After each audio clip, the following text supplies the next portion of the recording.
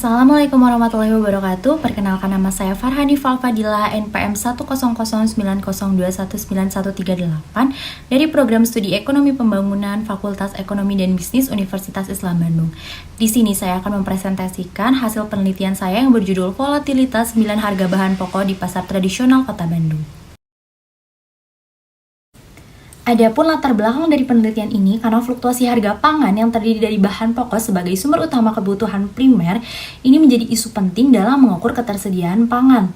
Ketersediaan pangan ini sendiri dapat mewujudkan ketahanan pangan sesuai dengan tujuan pembangunan berkelanjutan atau SDGs, Sustainable Development Goals, pada poin kedua, yaitu no hunger atau tidak ada kelaparan. Kebutuhan pangan ini sendiri ditopang oleh sektor pertanian dan juga sektor peternakan yang dapat mempengaruhi pembangunan Indonesia. Fluktuasi harga pangan juga berimbas kepada inflasi.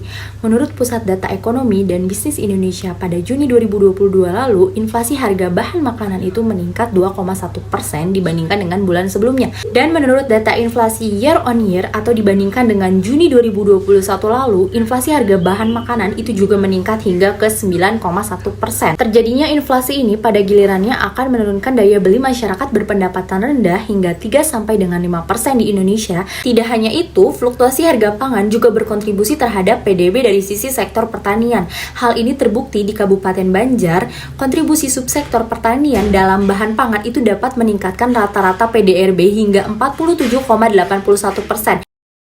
Jumlah penduduk yang tinggi akan berdampak kepada permintaan pangan yang juga cukup tinggi. Dapat dilihat melalui gambar atau grafik di samping bahwa terdapat 10 provinsi dengan jumlah penduduk tertinggi di Indonesia menurut Badan Pusat Statistik tahun 2022, di mana Provinsi Jawa Barat itu menempati urutan pertama dengan total jumlah penduduk 49 juta jiwa. Tingginya jumlah penduduk di Provinsi Jawa Barat ini tidak terlepas dari peran Kota Bandung, tetapi terdapat tantangan bagi Kota Bandung dengan jumlah penduduk yang cukup tinggi. Ini akan mengakibatkan daya beli masyarakatnya tinggi dan permintaan akan pangan di pasar juga cukup tinggi.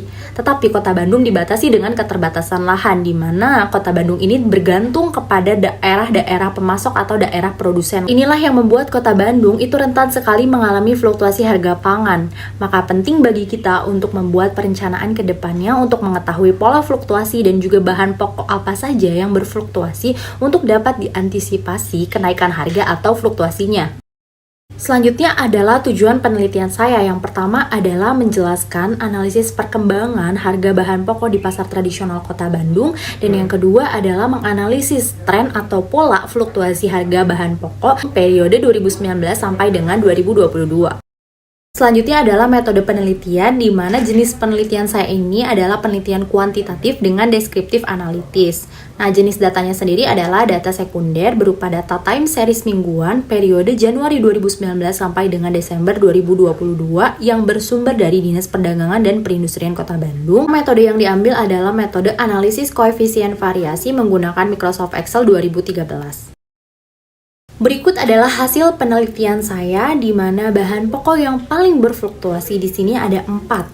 Di sini saya menggunakan standar acuan 10%, di mana 4 bahan pokok tersebut itu nilai rata-rata koefisien variasinya di atas 10%. Dimulai dari yang pertama adalah cabai rawit, dia mencapai 40%, yang kedua adalah cabai merah, dia mencapai 29%, yang ketiga adalah bawang merah, dia mencapai 16%, dan yang terakhir adalah minyak goreng di 10%. Penyebab fluktuasi harga bahan pokok cabai dan bawang merah ini dikarenakan bahan pokok tersebut merupakan komoditas pertanian yang dipengaruhi masa panen. Hal yang unik justru terjadi pada minyak goreng, di mana minyak goreng ini mengalami nilai yang tinggi akibat fluktuasi harga karena terjadinya kenaikan harga minyak kelapa sawit dunia atau crude palm oil. Bahkan komoditi minyak goreng ini harganya meningkat hingga 11,27% pada November 2021 lalu.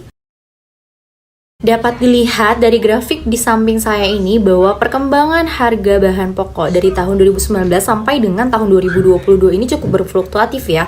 Mulai dari tahun 2019 dulu, di mana mulai terjadinya COVID-19, yang terjadi di Cina ini mengakibatkan banyak fluktuasi terhadap harga bahan pangan ya dari negara Cina ini yang akhirnya berdampak kepada negara-negara lainnya. Pada tahun 2020, sektor pertanian atau pangan bahan mentah ini justru tumbuh di tengah pandemi COVID-19 di tahun 2020, di mana pada kuartal kedua itu tumbuh sebesar 9,23% dan juga pada kuartal ketiga itu tumbuh 7,14%. Memasuki tahun 2021 justru harga bahan pokok itu terjadi lebih tinggi dibandingkan tahun-tahun sebelumnya. Hal ini disebabkan karena apa? Ada dua fenomena. Yang pertama adalah kenaikan harga minyak kelapa sawit dunia, dan juga yang kedua adanya fenomena karena bansos. Tahun 2022 harga bahan pokok ini sudah mulai membaik ya, tapi tetap saja belum bisa stabil karena terdapat fenomena yang terjadi tahun 2022. Masih dari imbas dari tahun 2021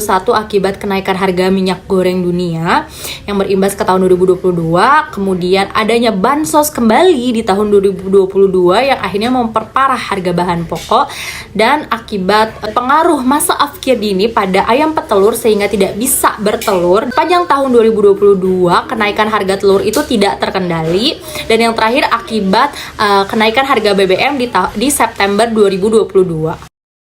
Selanjutnya adalah kesimpulan dari penelitian ini. Terdapat 3 kesimpulan. Untuk yang pertama adalah bahan pokok yang paling berfluktuasi di pasar tradisional Kota Bandung periode 2019 sampai dengan 2022. Kesimpulan yang kedua adalah pola fluktuasi harga bahan pokok yang cenderung meningkat menuju hari-hari keagamaan. Yang terakhir adalah komoditi minyak goreng yang menempati urutan keempat sebagai bahan pokok yang paling berfluktuasi di Kota Bandung ini diakibatkan karena fenomena kenaikan harga minyak kelapa sawit dunia. Seperti itu presentasi yang bisa saya paparkan. Apabila masih ada kesalahan dalam penyampaiannya, saya mohon maaf. Terima kasih atas perhatiannya.